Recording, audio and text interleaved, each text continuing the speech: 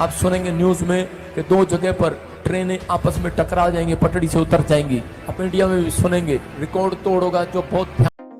नमस्कार दोस्तों, अभी 2 मिनट पहले की सबसे बड़ी खबर इस वक्त आ रही है। बहुत ही भयानक यह हादसा हुआ है। तमिलनाडु में ट्रेन हादसे की खबर है। बता दें कि तिरुवल्लुर जिले के कवरापेट्टई रेलवे स्टेशन पर भयानक एक्सीडेंट सुनेंगे कि जो आज तक नहीं हुए। भयानक पहाड़ियां टूटते देखेंगे। भयानक हुई है, जिसके चलते कई डिब्बों में भयानक आग लग गई है। इस वक्त की सबसे बड़ी खबर सामने आ रही है। बता दें कि 8:50 पर यह हादसा हुआ है। 2000 के नोट में, लेकिन कुछ ऐसा समय आएगा करेंसी चेंज हो जाएगी, लेकिन परमेश्वर आपके ऊपर दया करेगा यीशु मसीह के नाम में। मान लेंगे पूरी दुनिया के लोग के बता दें कि जैसे ही ये भयानक हादसा हुआ है, 2 डिब्बों में आग लग गई है। यात्रियों के अंदर चीख पुकार मच गई है। रेस्क्यू में एक पुल बहुत बड़ा बांध गिर जाएगा, 80 से 100 लोग वहीं मर जाएंगे। बहुत सारे लोग इंडोनेशिया, चेतावनी दे रहा हूं तुझे यीशु मसीह के नाम में, मेरे अंदर से होकर, कि छोड़ दो वो लाइन। परमेश्वर का आत्मा आगाह कर रहा है। चाइना मजबूत होने की स्थिति में हो जाएगा। चीन और यूएसए का मुंह लाल हो जाएगा। इसका मतलब है कि मैंने देखा दर्शन में कि वो लाल हो रहे हैं, पीले हो रहे हैं, काले हो रहे हैं, क्योंकि वो लड़ रहे हैं आपस में और काफी प्रॉब्लम्स को उन्हें झेलना पड़ेगा। जो स्पिरिचुअल का नाटक करते हैं, अंदर कुछ और बाहर कुछ, प्रॉब्लम्स आएंगी। मैं प्रार्थना कर रहा था, मैंने देखा अमिताभ बच्चन जी हॉस्पिटल में चले गए। मैंने पहले भी बोला था आपको 2022 में, फिर कह रहा हूं कुछ प्रॉब्लम आई है, आप दुआ करें। मैं इससे ज्यादा कुछ नहीं बोलूंगा। अबलबा शबलबा शबलबा।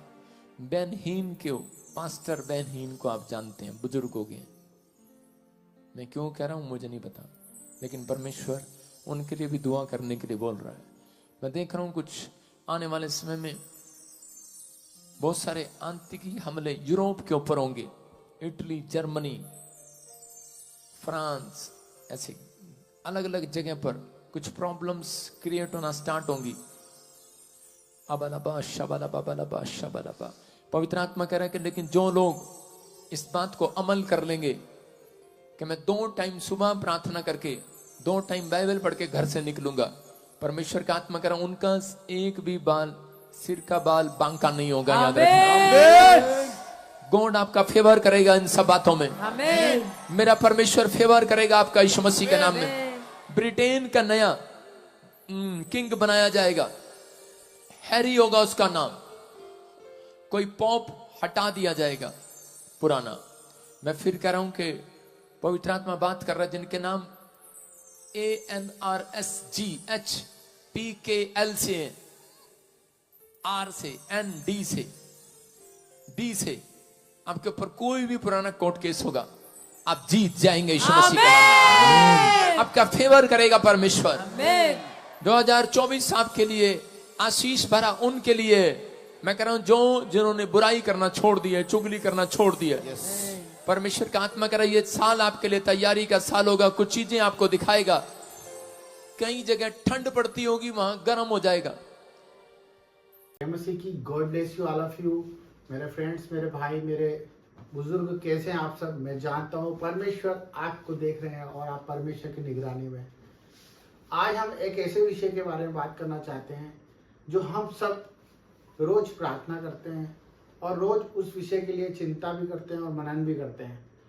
बाकी वो विषय है हमारे जीवन का आने वाला कल, जिसके बारे में हम ये सोचते रहते हैं कि कल हम क्या करेंगे और कल हमारा क्या होगा, कल हमारे बच्चे स्कूल जाएंगे कि नहीं जाएंगे, कल हमारे जिंदगी में कुछ खुशियाँ आएगी कि नहीं आएगी, कल हमारे जीवन में जो हम चाहते हैं वो पूरा होगा कि नहीं होगा, हमारी सेहत कल कैसी रहेगी और हमारा परिवार सुरक्षित रहेगा कि नहीं रहेगा। ये कल आपको रोज कहीं ना कहीं एक क्वेश्चन मार्क जरूर देता है। मैं जानता हूँ कि जो परमेश्वर को जानते हैं वो ऐसी बात कभी नहीं करते और ना ही ऐसा सोचते हैं, पर शैतान हमारे चारों ओर है।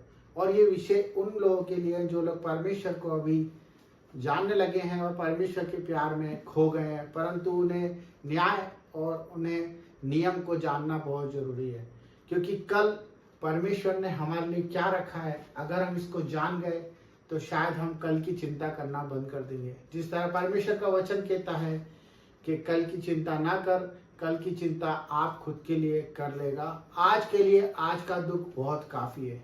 यही वचन परमेश्वर ने हमें इसलिए दिया है क्योंकि जो लोग भविष्य की चिंता करते हैं, जो अपनी खुद की सेल्फ चिंता करते हैं, जो अपने परिवार की चिंता करते हैं और कल के विषय में मनन लगा के अपनी पूरी जीविका खराब कर लेते हैं और ये नहीं सोच पाते कि हमें कल क्या करना है, उसी विषय में परमेश्वर हमें कहता है कि तू कल की चिंता मत कर, कल की चिंता आप खुद कर लेगा, आज के लिए आज का दुख ही काफी है।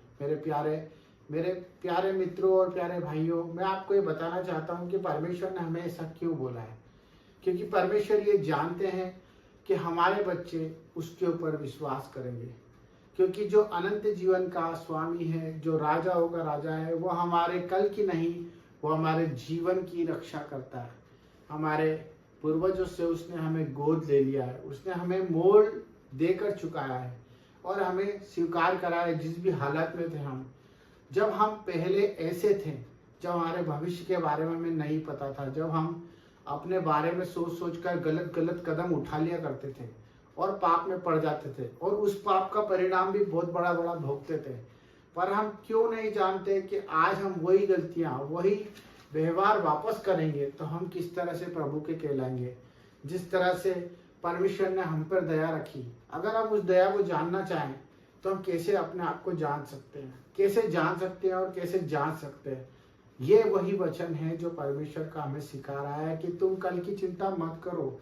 मैं जानता हूँ आज मेरा भाई कैंसर में है, मैं जानता हूँ कि आज मेरी बहन परेशान है, कर्जे में है, मैं जानता हूँ मेरे भाई उन अपने भाइयों से लड़ रहे हैं, अपनी चीज़ों के लिए, हक के लिए दौड़ रहे हैं, अपने काम काज की चिंताओं में, ऑफिस के टेंशनों में, अपने वर्क की टेंशन में बहुत कुछ अपना खो रहे हैं, अपना आनंद खो रहे हैं।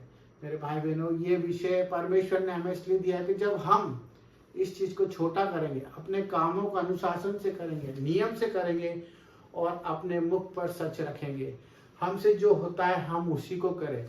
हमारी आंखें जितना देखती हैं हम उसी को अपना काम का सोता बनाया, उतना ही चले जितना हम चल सकते हैं, क्योंकि परमेश्वर ने हमारा बोझ अपने ऊपर ले लिया है। व्यर्थ चिंता ना करें, हमें चिंता करने की कोई जरूरत नहीं है, क्योंकि परमेश्वर ने क्रूस पर अपनी जान दी, अपने इकलौते पुत्र को हमारे लिए इसलिए दिया कि हम नाश ना हो और हम विजय के जुलूस में चले और परमेश्वर की महिमा को देखें। और परमेश्वर की महिमा जब ही होती है जब हम परमेश्वर के पीछे अपना क्रूस उठाकर चलते जाते हैं। तो मेरे भाई बहनों, ये आपको समझना है कि हम अगर कल की चिंता करते हैं तो परमेश्वर के उस नियम को तोड़ते हैं जो परमेश्वर ने हमारे लिए बलिदान दिया। अगर आप महिमा देखना चाहते हैं और परमेश्वर के कामों को देखना चाहते हैं तो आज के आनंद में खुशियों से जियो, आनंद से अपने परिवार के साथ खुशियां मनाओ और प्रभु की आराधना करो, प्रार्थनाएं करो अपने पड़ोसी के लिए